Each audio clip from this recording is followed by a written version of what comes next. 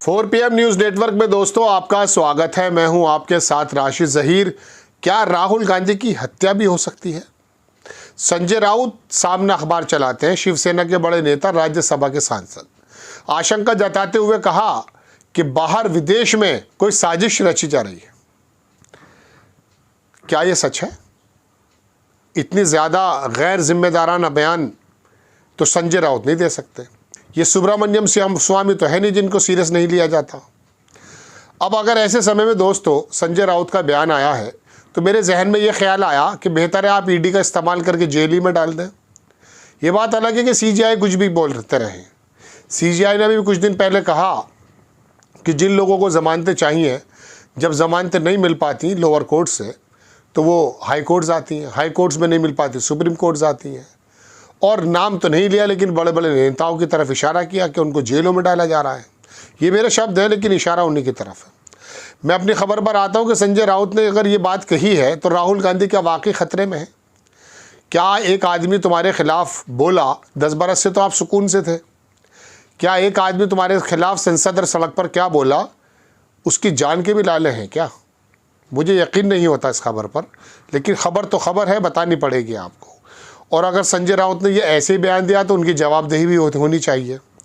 जनसत्ता ने छापा कि राहुल गांधी पर हो सकता है बड़ा हमला, विदेशी धरती पर रची गई साजिश, संजय राउत ने किया दावा। राहुल गांधी के चक्रव्यूह वाले बयान को लेकर बवाल मचा हुआ है। सांसद संजय राहुल ने भी इसे लेकर बीजेपी पर हमला बोला है। उन्होंने दावा किया कि राहुल गांधी पर बड़ा हमला हो सकता है। भारतीय जनता पार्टी क्या ऐसा कर सकती है? यकीन नहीं होता है। राहुल गांधी के सांसद में महाभारत के चक्रव्यूह को लेकर दिए गए बयान के बाद अब उन्हें इसे लेकर सोशल मीडिया पर एक पोस्ट किया है।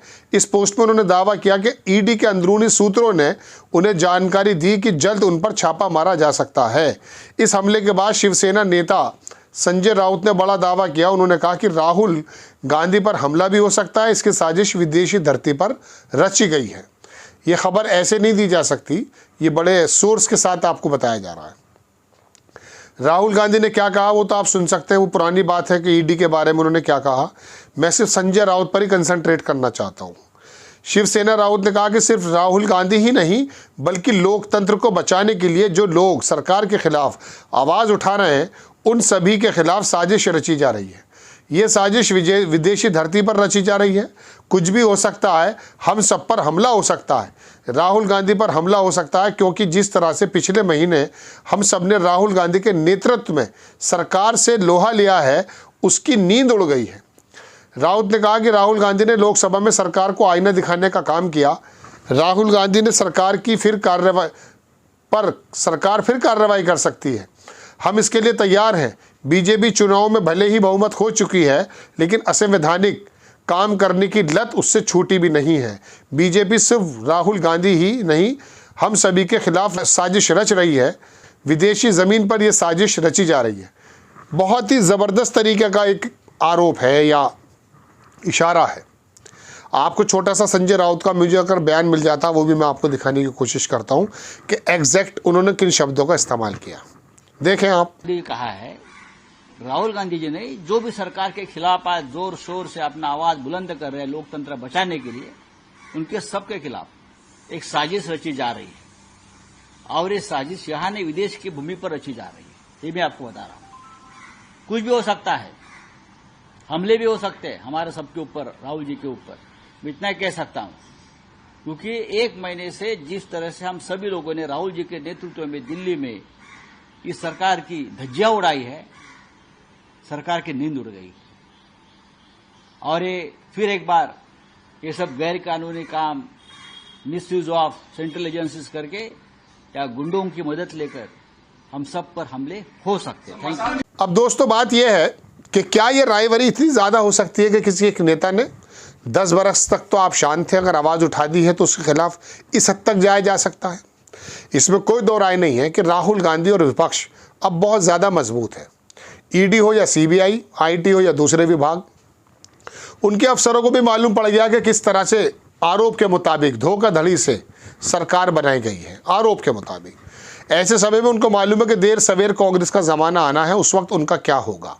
ऐसी वजह हो सकती है कि सूत्रों से ईडी की बात राहुल गांधी को पता चली हो और अखबार निकालते हैं संजय राउत। तो बड़ा अखबार है महाराष्ट्र का, जिम्मेदारी से बात करने के लिए जाना भी जाता है। ये बात अलग है किसी ज़माने में एक ही पक्ष की बातें कहा करता था। तो दोस्तों बात यह है कि क्या आवाज़ उठाने वालों के साथ इस हद तक जा सकते हैं? राजीव गांधी शहीद हो चुके, इंदिरा गांधी शहीद हो चुकी, और किस प्रकार से इस परिवार ने देश के लिए क्या क्या किया है इसको तो पूरा देश जानता है। अब ऐसे समय में मैं दरअसल सीजीआई की कुछ बात आपके सामने मजबूरन रखना चाहता हूँ। मैंने हालांकि वो निकाला भी है उनका बयान। आप कहेंगे सीजीआई की बात क्या? बात यह कि जब देश के सीजीआई भी किसी बातों को चिंता लेने लगे तो लोकतंत्र की फिर परवाह करना हर किसी का फर्ज बन जाता है। आप देखें, ये सीजीआई की तस्वीर मैं आपको दिखा रहा हूँ।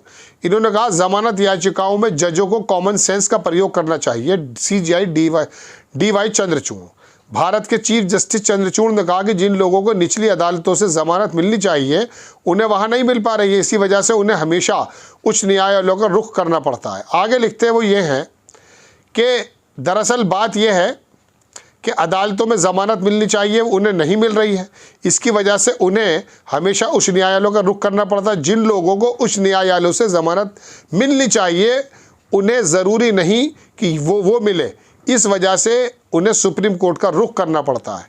ये देरी से उन लोगों की मुश्किलों को और बढ़ा देती है जिन्हें मनमानी गिरफ्तारी का सामना करना पड़ रहा है। मनमानी गिरफ्तारी का, इस बात पर गौर कीजिए आप, कौन कौन मनमानी गिरफ्तारी का सामना कर रहा है, कौन कौन इस समय मुख्यमंत्री या मंत्री जेलों में है। लोकतंत्र पर जब ये हमला है ना दोस्तों, तो उसमें फिर कोई भी बात हो सकती है। सत्ता पाने के लिए कोई कुछ भी कर सकता है। संजय राउत का राहुल गांधी को लेकर ये बयान देना वाकई बहुत सारी चिंताएं छोड़ जाता है।